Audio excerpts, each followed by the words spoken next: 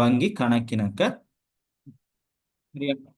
இப்போ இந்த பாடத்துக்குள்ள போக முதல்ல சில விஷயங்கள் டிஸ்கஸ் பண்ணுவோம். சரியா?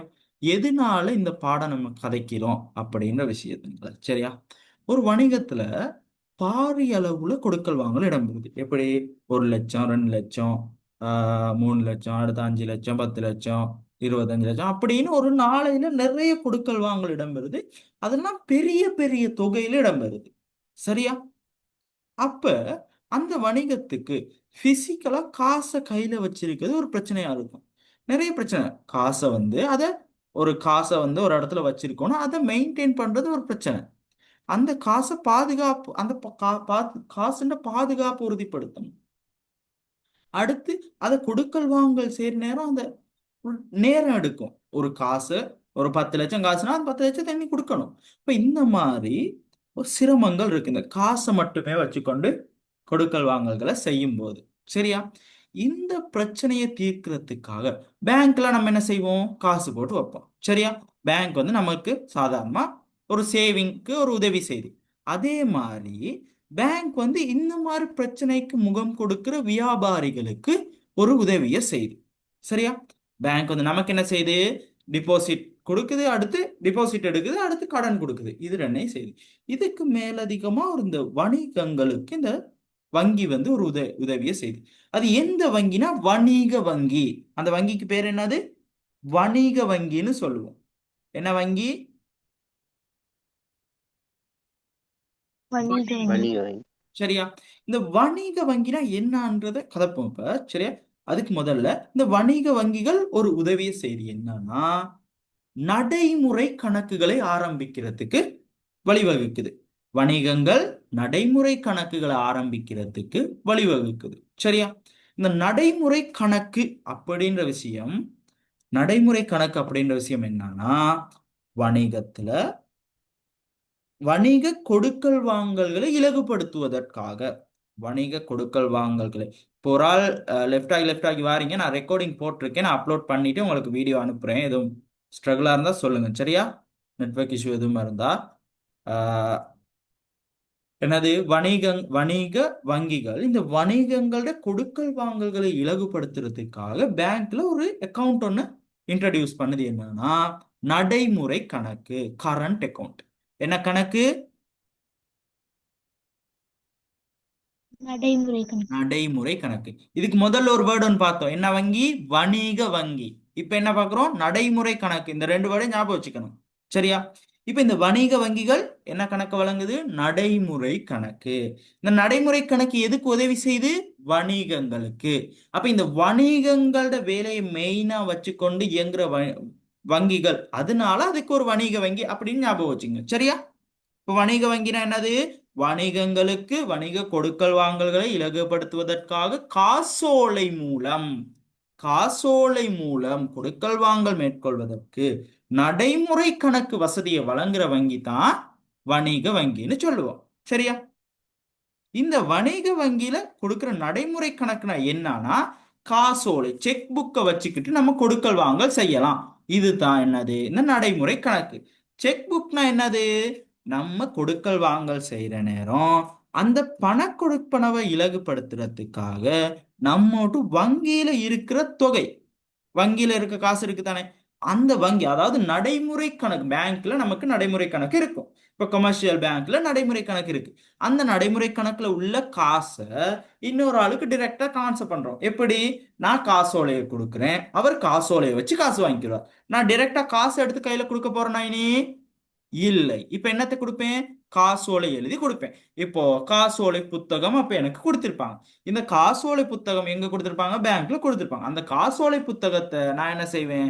அந்த காசோலை புத்தகத்துல இருக்க ஒரு ஷிஃப்ட் எடுத்து அதுல எவ்வளவு பெறுமதி எழுதி தேவையான தகவல்கள் ரெண்டு சைன் எல்லாம் வச்சு கொடுப்பேன். அவங்க போயிட்டு பேங்க்ல இருந்து காசு எடுத்துப்பாங்க. இப்போ நான் காசு எண்ணிக்கிட்டு இருக்கணுமா? அந்த காசை பாதுகாப்பா வச்சிருக்கணும். இப்போ 10 லட்சம் காசு வச்சிருக்கேன்னா இவ்வளவு பெரிய கட்டா இருக்கும், அதை பாதுகாப்பா வச்சிருக்கணும் அப்படின்ற தேவையெல்லாம் இருக்குமா? இல்ல. சரியா? இலகுவா கொண்டு போலாம். இங்க இருந்து இப்ப நான் ஒரு கார் வாங்குறதுக்கு கொழும்புக்கு போறேன்னா கார் வாங்குறதுக்கான இப்போ ஒரு 50 லட்சம் காசை நான் பெட்டியில எடுத்துட்டு போனா அது சேஃபா? இல்ல. இல்ல. இங்க இருந்து ஒரு செக் எழுதி எடுத்துட்டு போறேன், அது லேஸ் தானே. விளங்குதா? அப்ப இந்த மாதிரி வேலைகளை செய்யறதுக்கான ஒரு கணக்கு தான் நடைமுறை கணக்கு. அப்ப அந்த நடைமுறை கணக்குல என்ன செய்யறாங்க? காசோலை எழுதுற வசதியை வழங்குறாங்க வணிகங்களுக்கு. கிளியரா? இப்போ வணிக வங்கி ஒரு வேலை செய்து என்னன்னா நடைமுறை கணக்க வாடிக்கையாளர்களுக்கு வழங்குது. இந்த நடைமுறை கணக்கு உரிமையாளர்கள் இந்த நடைமுறை கணக்கு வச்சுக்கிட்டு என்ன செய்யறாங்க? காசோலை மூலம் பிரதானமா கொடுக்கல் வாங்கல் செய்யறாங்க. கிளியரா? இதுவரைக்கும் சொன்ன விஷயம் கிளியரா?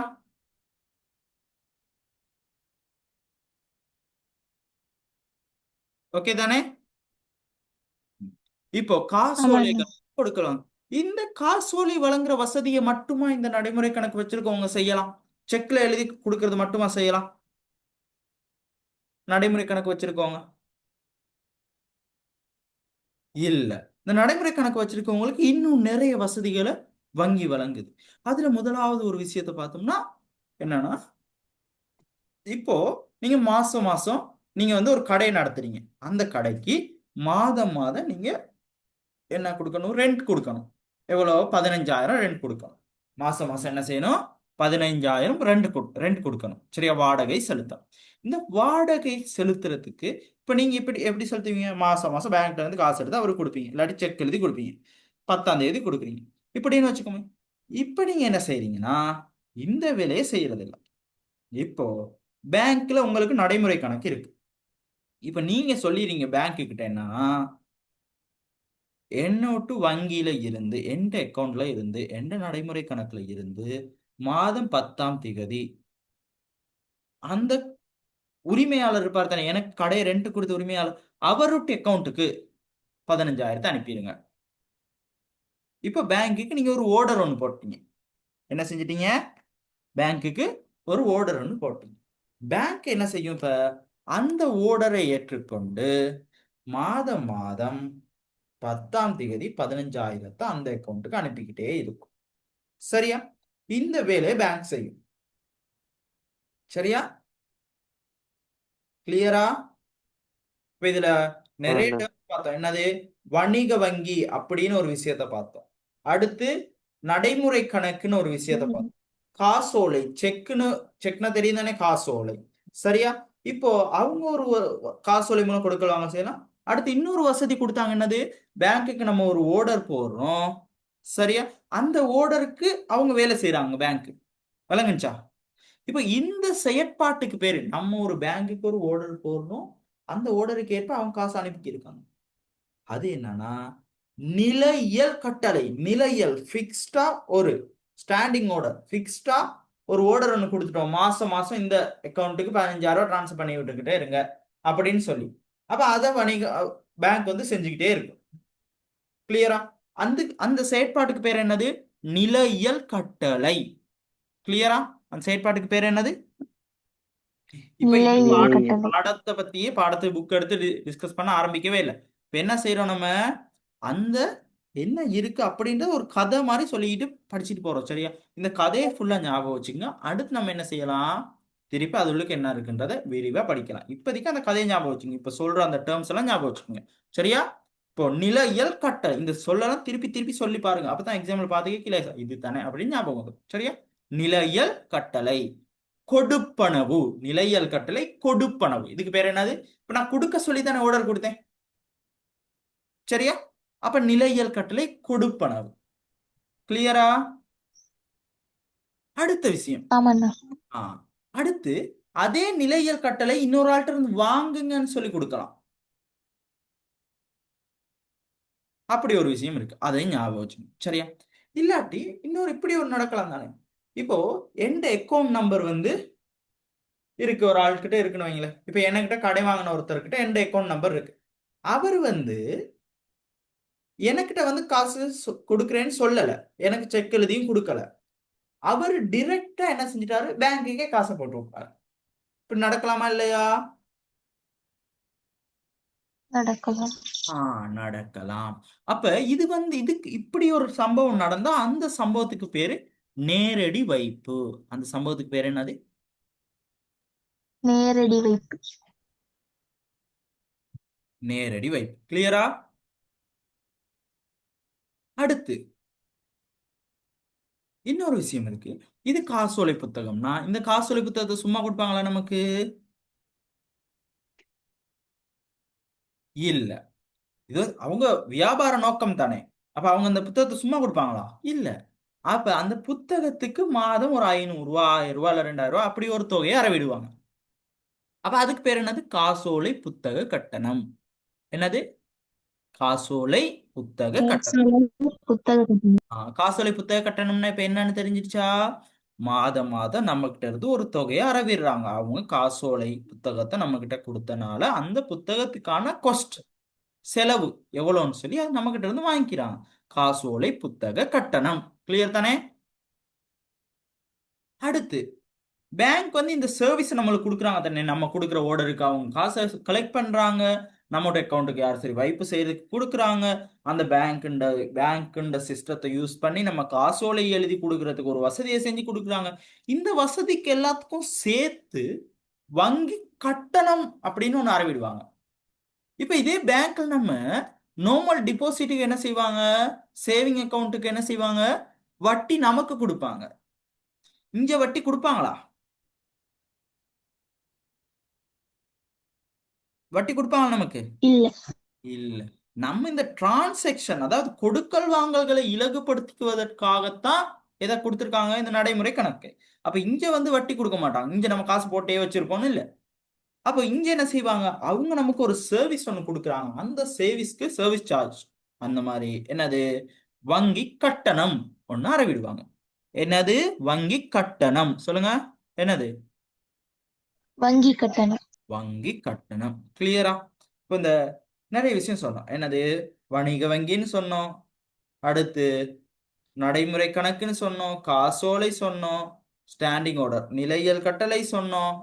அடுத்து வேற என்ன சொன்னோம்?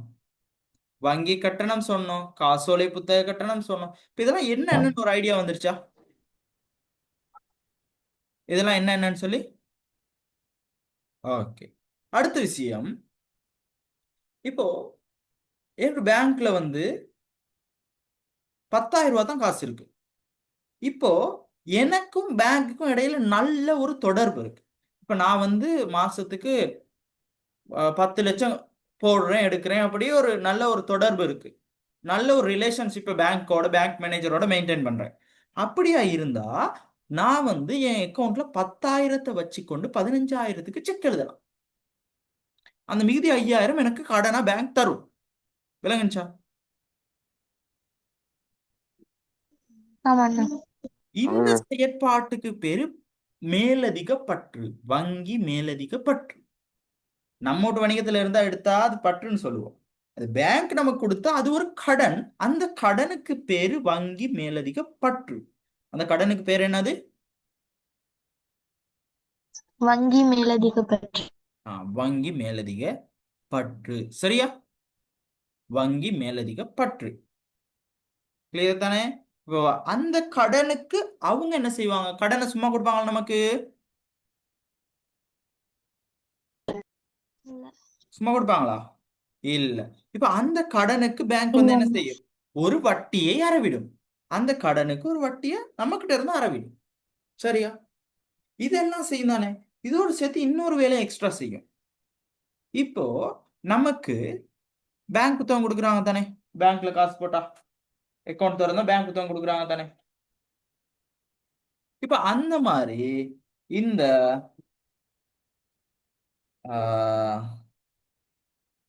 நடைமுறை கணக்குக்கு என்ன கொடுக்குறாங்க? காசோலை புத்தகம் கொடுக்குறாங்க. அதை காசோலை வச்சு கொடுக்கல் வாங்கல் செய்யலாம்.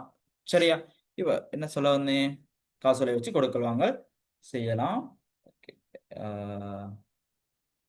ஓகே. முக்கியமான விஷயம் அடுத்து நல்லா கவனிக்கணும். இப்படி இந்த காசோலை புத்தகம் கொடுக்கறதோட இன்னொரு வேலையும் செய்யறாங்க. பேங்கோட இப்ப ஜனவரி மாசம் எடுத்துங்களேன். ஜனவரி மாசம் 1ஆம் தேதி நடைமுறை கணக்கு ஆரம்பிச்சிட்டோம். இப்ப ஜனவரி மாசம் 1ஆம் திகதியிலிருந்து ஜனவரி மாதம் 31ஆம் திகதி வரைக்கும் நாம் வணிகத்தோட மேற்கொண்ட கொடுக்கல் வாங்கல் இருக்கும் தானே.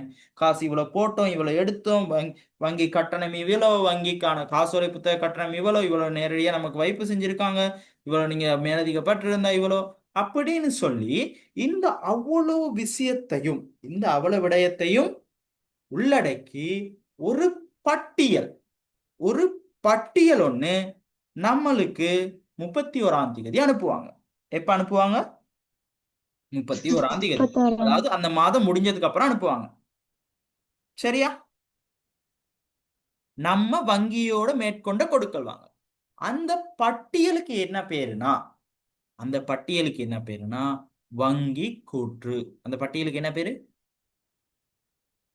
வங்கி கூற்று. வங்கி கூற்று. கிளியரா? இப்போ இந்த சேவைகள்லாம் வழங்குறாங்க. இப்போ நம்ம காசு வணிகத்துக்கு போறோம். சரியா? நமக்கு பேங்க்ல இருக்க காசு நமக்கு என்னது? பேங்க். சொத்து. Very good. பேங்க்ல நம்ம போட்டு வச்சிருக்க காசு நமக்கு என்னது? ஒரு சொத்து. பேங்க்ல நம்ம போட்டு வச்சிருக்க காசு நமக்கு ஒரு சொத்து. இப்போ பேங்க் நம்மோட்டு காசை வாங்கி வச்சிருக்கு. நம்மட காசை பேங்க் என்ன செய்யுது? வாங்கி வச்சிருக்கு.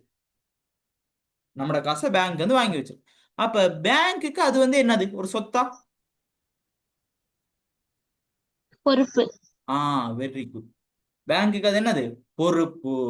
ஏன்னா பேங்க் வந்து நம்மட காசு அவங்க வாங்கி வச்சிருக்காங்க. அப்ப பேங்க்குக்கு வந்து அது ஒரு பொறுப்பா தான் கருதப்படும். பேங்க்குக்கு அது ஒரு சொத்தா கருதப்பட மாட்டாது. அப்போ நம்ம பேங்க்ல காசு போட்டா நமக்கு சொத்து தானே. நம்மோட சொத்து என்ன நடக்கும்? அதிகரிக்கும். அதிகரி அதிகரிச்சா நம்ம சொத்து கணக்குல எங்க பதியும்? வரவு பக்கம். வரவு பக்கம். இதே பேங்க்குக்கு அது என்னது? நம்ம பேங்க்ல காசு போட்டா பேங்க்குக்கு என்னது அது? பொறுப்பு. பேங்க் அதிகரிச்சா எங்க பதியும்? பொறுப்பு அதிகரிச்சா பேங்க் எங்க பதியும்? செலவு பக்கம். செலவு பக்கம் பதியும். அவ்வளவுதான் விஷயம். இப்போ இந்த சொன்ன கதையெல்லாம் கிளியரா? பிரசன்யா, நீங்களும் கேட்டீங்க தானே? கிளியரா? ஆமாங்க.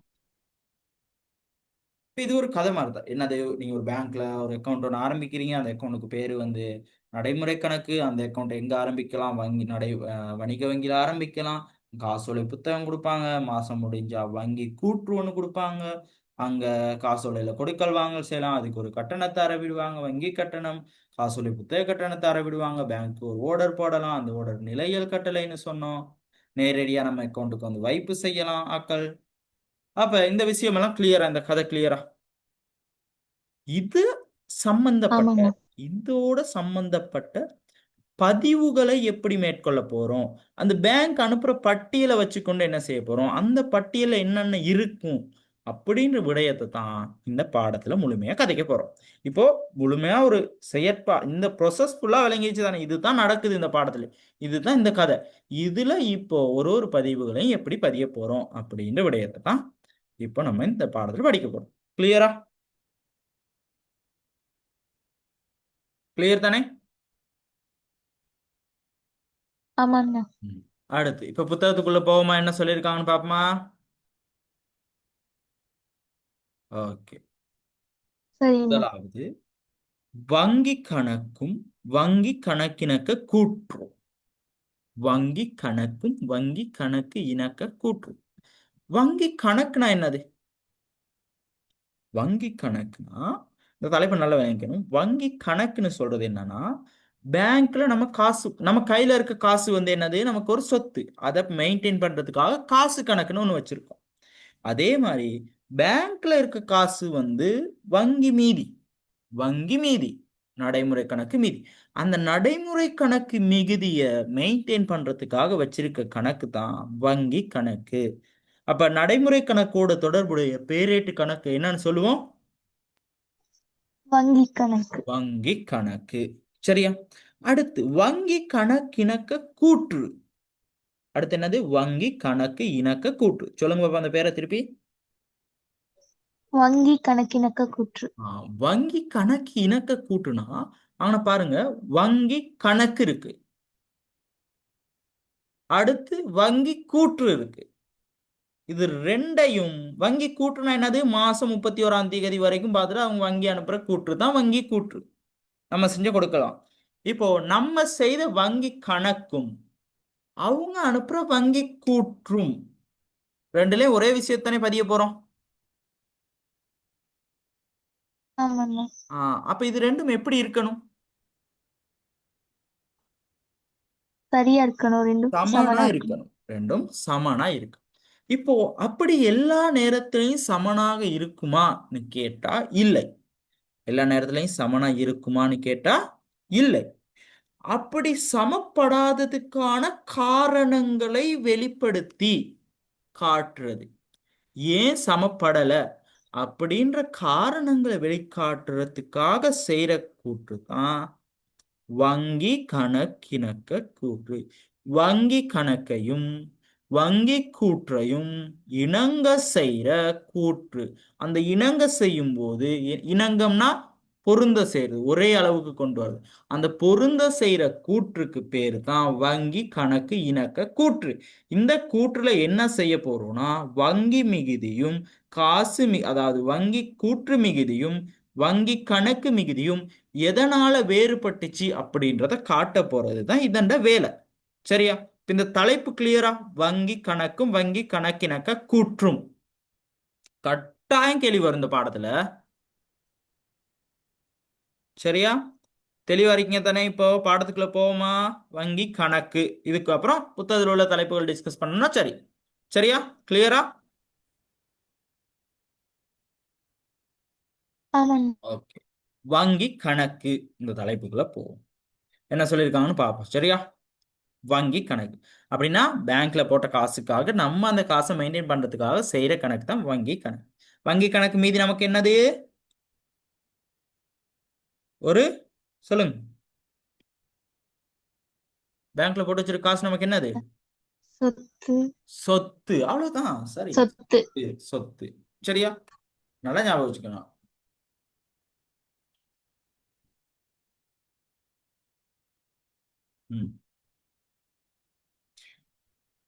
சரி. வங்கி கணக்கு வணிகத்தின் கொடுக்கல் வாங்கல்களை இலகுவாகவும் பாதுகாப்புடனும் மேற்கொள்வதற்காக வங்கியில் நடைமுறை கணக்கொன்றினை ஆரம்பித்து அக்கணக்கினூடாக கொடுக்கல் வாங்கல்களை செய்வதில் அநேக வணிகர்கள் அதிக அக்கறை கொண்டுள்ளனர். எனவே காசேட்டை போன்றே, அப்படின்னா காசேடுன்னு சொல்றது காசு கணக்கு. காசு கணக்கும் காசேடும் ஒண்ணு தானே? காசேட்டை போன்று வங்கி நடைமுறை கணக்கும் வணிகத்தின் சொத்து கணக்கொன்றாக கருதப்படும். வணிகத்தின் சொத்து கணக்கு, அதுல எந்த டவுட் இல்லை தானே? வங்கி கணக்கினூடாக மேற்கொள்ளப்படும் கொடுக்கல் வாங்கல்கள் சொத்து கணக்கிற்குரிய இரட்டை பதிவு தத்துவத்திற்கமைய பதிவு செய்யப்படுகின்றன. வங்கி நடைமுறை கணக்கினூடாக மேற்கொள்ளப்படும் கொடுக்கல் வாங்கல்கள் வணிகத்தின் புத்தகத்தின் பதிவு செய்யும் முறையினை அறிந்து கொள்வோம். வணிகத்தின் புத்தகத்தில் எப்படி பதிவு செய்யறாங்க. சரியா? வங்கி கணக்கில் காசு வைப்பிலிடல். இப்போ பேங்க் நடைமுறை கணக்குல காசை கொண்டு போய் போட போறோம். சரியா? அப்ப நம்ம கையில இருக்க காசுன்ற அளவு என்ன நடக்கும்? குறையும். குறையும். பேங்க்ல இருக்க காசுன்ற மீதி என்ன நடக்கும்? அதிகரிக்கும். அதிகரிக்கும். அப்ப இதுக்கான இரட்டை பதிவு எப்படி வரும்னா காசு குறையுது, அப்ப சொத்து குறையுது. சொத்து குறைஞ்சா சொத்து கணக்குல எங்க பதிவோம்? செலவு பக்கம். செலவு. அப்ப காசு கணக்கு செலவு. அடுத்து வங்கி கணக்கு வணிகத்துக்கு என்னது? சொத்து. அந்த வங்கி கணக்கு மீதி சொத்து. அதிகரித்தால் அப்ப அந்த சொத்துல எங்க பதிவோம்? வரவு பக்கம். வரவு பக்கம் பதிவோம். கிளியரா? அப்ப வங்கி கணக்கு வரவு காசு கணக்கு செலவு. வங்கி கணக்கு வரவு காசு கணக்கு செலவு அப்படின்றதுதான் இரட்டை பதிவு. என்ன சொல்லியிருக்காங்க? என்ன விஷயம்? நடைமுறை கணக்கொன்றை ஆரம்பிப்பதற்கு குறிப்பிட்ட பணத்தொகையினை வங்கியில் வைப்பிலிடுதல் வேண்டும். இதற்காக மேலதிகமாக வணிகத்தினது காசு பெறுவனவுகளும் வங்கி கணக்கில் வைப்பிலிடப்படும். இதற்கு மேலதிகமாக வணிகத்தினது காசு பெறுவனவுகளும் வங்கி. நம்ம கிட்ட காசோலை நம்ம கிடைச்சா அதை கொண்டு போய் அக்கௌண்ட்ல போடுவோம் தானே? அவ்வளவுதான். இல்லாட்டி நம்ம அக்கௌண்ட்டுக்கு யார் சரி காசு போடுவாங்க தானே? அந்த விஷயம் தான். நடைமுறை கணக்கின் பணத்தை வைப்பிலிடும் போது வங்கி நடைமுறை கணக்கு மீதியானது அதிகரிப்பதுடன் வணிகத்தின் காசு மீதியானது குறைவொன்று ஏற்படுகின்றது. இதற்கமைய காசு வைப்பிலிடுதல் தொடர்பாக கணக்கு வைக்கும் முறையானது பின்வருமாறு இடம்பெறும். வங்கி கணக்கு வரவு, காசு கணக்கு செலவு. வங்கி கணக்கு வரவு, காசு கணக்கு செலவு. சரியா? இதுல எதுவும் டவுட் இருக்கா? இல்லண்ணா. இவ்வாறு பதிவு இடம்பெறும் போது அதன் இரட்டை பதிவானது முழுமையடைகிறது. அதாவது ரெண்டு பதிவும் சரிதானே. வங்கியில் காசு வைப்பில் இடும்போது வைப்புச் சீட்டு பூரணப்படுத்தி அதனுடன் குறிப்பிட்ட பணத்தொகையையும் வங்கிக்கு சமர்ப்பிக்க வேண்டும். வங்கியானது இரு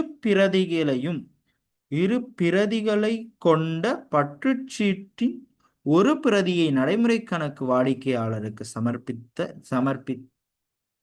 அச்சந்தர்ப்பத்தில் வழங்கும்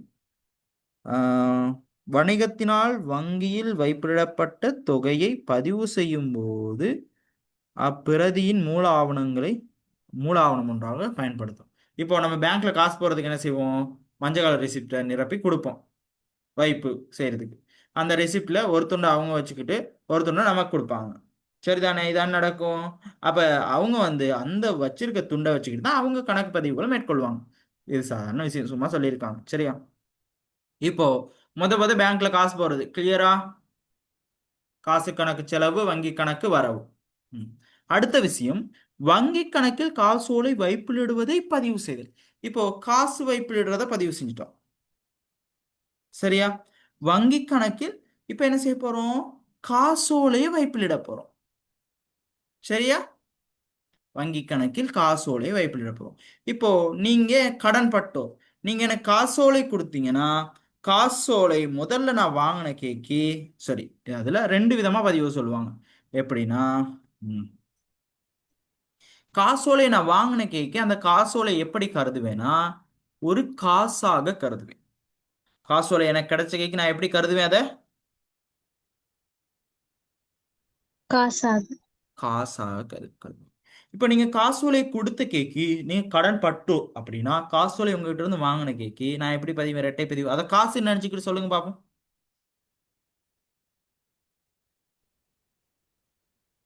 வங்கி கணக்கு வரவு, காசு கணக்கு செலவு. நீங்க எனக்கு காசோலை கொடுக்குறீங்க, இதுதான் கேள்வி. நீங்க எனக்கு காசோலை கொடுக்குறீங்க, அந்த காசோலைய நான் காசுன்னு தான் நினைக்கிறேன். காசோலைன்னு நினைப்பனா? இல்ல. நீங்க எனக்கு காசு கொடுத்தா அதுக்கான இரட்டை பதிவு எப்படி வரும்? கடன் பட்டோரா இருந்தா காசு கணக்கு காசு வரவு கணக்கு வரவு, கடன் பெற்றோர் கணக்கு செலவு. செலவு, அவ்வளவுதான். காசு கணக்கு வரவு, கடன் பட்டோர் கணக்கு செலவு. கிளியரா? முதலாவது காசு. ஓகே, கவரேஜ் இஷ்யூ ஆகுதாயிட்டு இப்ப தெளிவா கேக்குது தானே?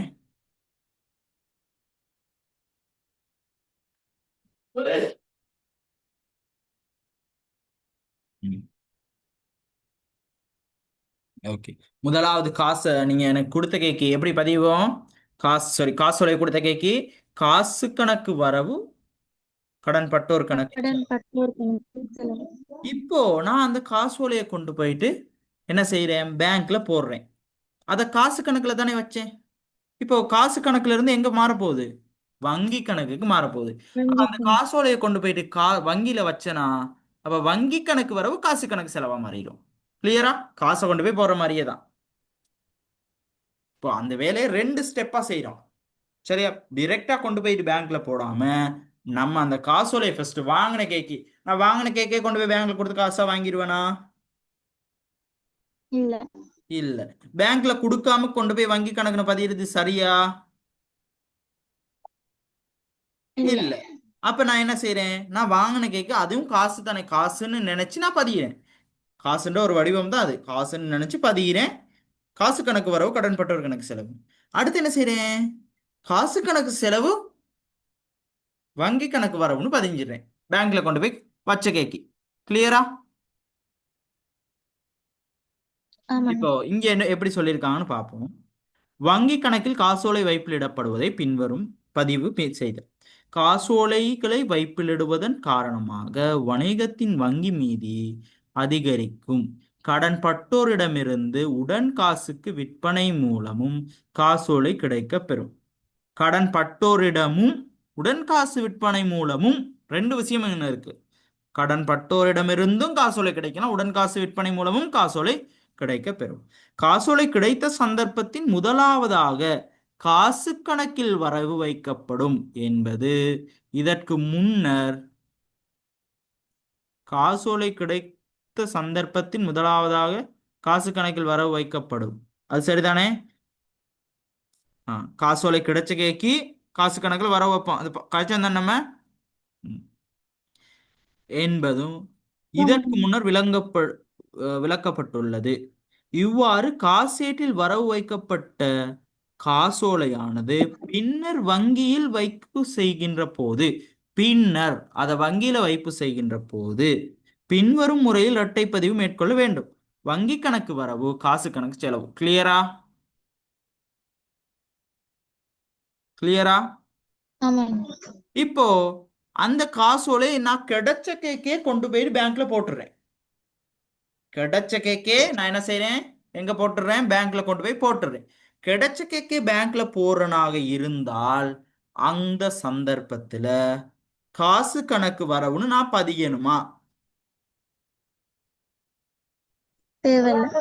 தேவல். அதற்கு பதிலா என்ன கணக்கு வரவுன்னு பதிஞ்சிடலாம். வங்கி கணக்கு வரும். அவ்வளவுதான் விஷயம். சரியா? அடுத்த விஷயம், எனினும் காசோலை கிடைக்கப்பெற்ற சந்தர்ப்பத்திலேயே அவை வங்கி கணக்கில் வைப்பு செய்யப்படுமாயின் காசு கணக்கில் வரவு வைப்பதற்கு பதிலாக நேரடியாக வணிகத்தின் வங்கி கணக்கில் வரவு வைக்க முடியும். உதாரணம், விற்பனை மூலம் பெற்ற 10,000 பெறுமதியான காசோலை அச்சந்தர்ப்பத்திலேயே வங்கியில் வைப்பு செய்யப்பட்டது. கிளியரா? இந்த விஷயம் ஆமாம். கிளியரா?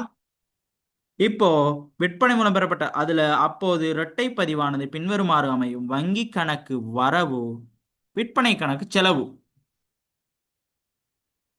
சரிதானே?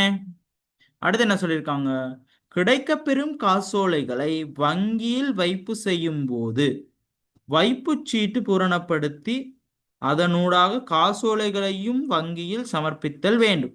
வைப்புச் சீட்டோட காசோலையும் கொடுக்கணும். சரியா? அவ்வைப்புச் சீட்டின் பிரதி வங்கியினால் கணக்கு வாடிக்கையாளருக்கு வழங்கப்படும். வாடிக்கையாளரானது வணிகத்தின் வங்கி கணக்கின் காசோலை வைப்பு செய்யப்பட்டதற்குரிய பதிவினை மேற்கொள்ளும் போது வைப்புச் சீட்டினை பிரதி மூல ஆவணம் ஒன்றாக பயன்படுத்தலாம். காசு அல்லது காசோலை வைப்பு செய்வதன் மூலம் பெறப்பட்ட வைப்புச் சீட்டின் பிரதி ஒன்று கீழே காட்டப்பட்டுள்ளது. இப்போ பேங்க் காசு வைப்பு செய்யறதுக்கான சீட்டு, காசோலை வைப்பு செய்யறதுக்கான சீட்டு இது. சரியா? இதெல்லாம் சும்மா மாதிரி வடிவம் ஒண்ணு. சரியா? அடுத்து கொடுப்பனவுகளுக்காக காசோலை வழங்குதல். இப்ப என்ன செய்யறோம், இப்போ காசோலை நம்ம வாங்கணும், அதை பத்தி தான் இப்ப படிச்சோம் இவ்வளவு நேரம். இப்ப என்ன செய்ய போறோம், இந்த காசோலை நம்ம ஒரு ஆளுக்கு கொடுக்க போறோம். சரியா? அந்த சந்தர்ப்பத்துல எவ்வாறு இரட்டை பதிவு வரும்? அப்ப நம்ம பேங்க்ல அவர் எப்ப கொண்டு போய் வச்சு வாங்குவாருன்னு நமக்கு தெரியுமா? இல்லை. தெரியாது. அதனால நம்ம காசு கணக்குல பதிஞ்சா சரியா? அது நம்ம கடைசி வரைக்கும் எப்பன்னு தெரியாது தானே. அதுக்காக காசு கணக்குல பதிய முடியுமா? முதல்ல ஏன் காசு கணக்குல பதிஞ்சோம், அது நம்ம கண்ட்ரோல்ல இருக்கு. அப்ப நம்ம வைக்கலன்னு நமக்கு தெரியும், இவர் எப்போ வைப்பாருன்னே தெரியாது. அதனால நம்ம முதலாவதே முன்கூட்டியாவே வங்கி கணக்குல குறைச்சிடணும். காசோலையை கொடுத்த கேட்க என்ன செஞ்சிடணும், வங்கி கணக்குல குறைக்கணும். நான் இப்ப 10,000 காசோலை எழுதி கொடுக்குறேன்னா வங்கி கணக்குல 10,000 குறைஞ்சிருச்சுன்னு நினைச்சுக்கிட்டு தான் கொடுக்கணும். ஏன்னா அவர் எப்ப எந்த சந்தர்ப்பத்துல வேணாலும் வச்சு காசு எடுக்கலாம் தானே. கிளியரா?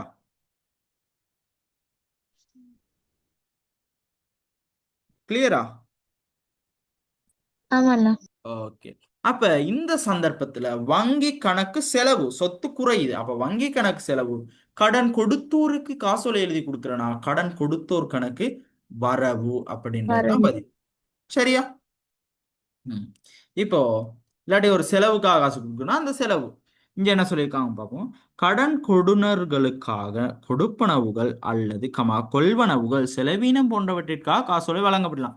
எதுக்கு காசோலை வழங்கலாம்? கடன் கொடுத்தோருக்காக கொடுக்கறதுக்காக காசோலை வழங்கலாம், செலவுகளுக்கு கொடுக்கறதுக்காக காசோலை வழங்கலாம், அடுத்து கொள்வனவு செய்யும் போது காசோலை கொடுக்கலாம். இந்த 3 சந்தர்ப்பத்தை பிரதானமா சொல்லியிருக்காங்க. கொடுப்பனவுகளை மேற்கொள்ள முடியும். காசோலை வழங்கும் போது இல்லாட்டி அந்த செலவுகள் சம்பளம் அதெல்லாம். அடுத்து காசோலை வழங்கும் போது அவற்றை பூரணப்படுத்தி அதற்குரிய தகவல்களை காசோலையின் புத்தகத்தின் எஞ்சியுள்ள பகுதி. இது தானே ஒரு காசோலை செக்குக்கான மாதிரி வடிவம் கொடுத்துருக்காங்க தானே. இதுல இந்த துண்டு தான் இங்க ஒரு புள்ளிக்கோடு கொடுத்துருக்காங்க. புள்ளிக்கோடுக்கு இந்த பக்கட்டும் பிஓசி அப்படின்றதுக்கு இந்த பகுதியை தான் கிழிச்சு காசோலைய நிரப்பி கொடுப்பாங்க. சரியா? கமல் அல்லது கொண்டு வருபவருக்கு 10,000 ரூபாய் செலுத்துக. இங்க இந்த ரூபாய் வந்து இங்க வரணும். செலுத்துக அப்படின்னு இருக்கும். சரியா? அல்லது கொண்டு வருபவருக்கு அப்படின்னு. கமலுக்கு சரி அல்லது கொண்டு போவருக்கு யாருக்கு கொண்டு வராவோ அவருக்கு காசோலையை கொடுங்க அப்படின்ற விஷயம் இருக்கு.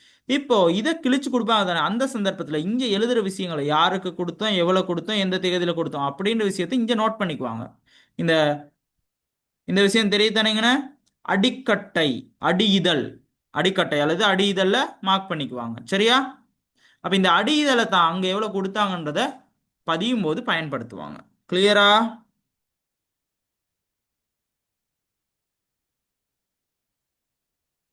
ஆமா அண்ணா. காசோலையின் மூலம் கொடுப்பனவுகளை மேற்கொள்ளும் போது அக்கொடுப்பனவுகளுக்குரிய தகவல்கள் கொடுப்பனவு கைச்சாத்தில் பதிவு செய்யப்படும். கொடுப்பனவுக்கு கைச்சாத்து தானே, அது காசோலையா இருந்தாலும் கொடுப்பனவு கைச்சாத்து. சரியா? இதற்கமைய காசோலை மூலம் மேற்கொள்ளப்படும் கொடுப்பனவுகள் வங்கி கணக்கில் பதிவு செய்யப்படும் போது கொடுப்பனவு கைச்சாத்து மூல ஆவணம் ஒன்றாக பயன்படுத்தப்படும். காசு கொடுப்பனவுக்கு கைச்சாத்துன்னு பார்த்தோம் தானே. அதே மாதிரி வங்கி கணக்குல ஆமா கொடுத்தாலும் அண்ணா. அது கொடுப்பனவு கைச்சாத்து. காசோலை மூலம் கொடுப்பனவுகள் மேற்கொள்ளும் போது வங்கி கணக்கு மீது குறைவடையும். அதற்குரிய இரட்டை பதிவு பின்வருமாறு அமையும். வங்கி கணக்கு செலவு, அது செலவுகளுக்கான கொடுப்பனவு, அந்த உரிய செலவு கணக்கு வரவு, அதாவது மின்சார கட்டணமாக இருந்தால் மின்சார கட்டண கணக்கு வரவு, இல்லாட்டி சம்பள கணக்கு வரவு, கொடுப்பனவுக்குரிய கணக்கு வரவு. கிளியரா? இந்த காசோலை எழுதி கொடுத்தா எப்படி அதுக்கான இரட்டை பதிவுன்னு வரும்? ஆமா அண்ணா. அடுத்து மறுக்கப்பட்ட காசோலை, அதை கதப்போம். இப்போ டைம் முடிஞ்சிடும். டைம் முடிஞ்சா அதோட முடிப்போம். சரியா? அடுத்த கிளாஸ்ல மிகுதியை டிஸ்கஸ் பண்ணுவோம். மறுக்கப்படுது இந்த டைப் இந்த தலைப்பை நல்லா ஞாபகம் வச்சுக்கணும். இந்த விஷயம் நம்ம முதல்ல கதைக்கும் போது கதைக்காம விட்டுட்டோம். சரியா? டிஸ்கஸ் பண்ணும்போது இப்போ மறுக்கப்பட்ட காசோலைனா, இப்போ நான் உங்களுக்கு காசோலை எழுதி கொடுக்குறேன். சரியா?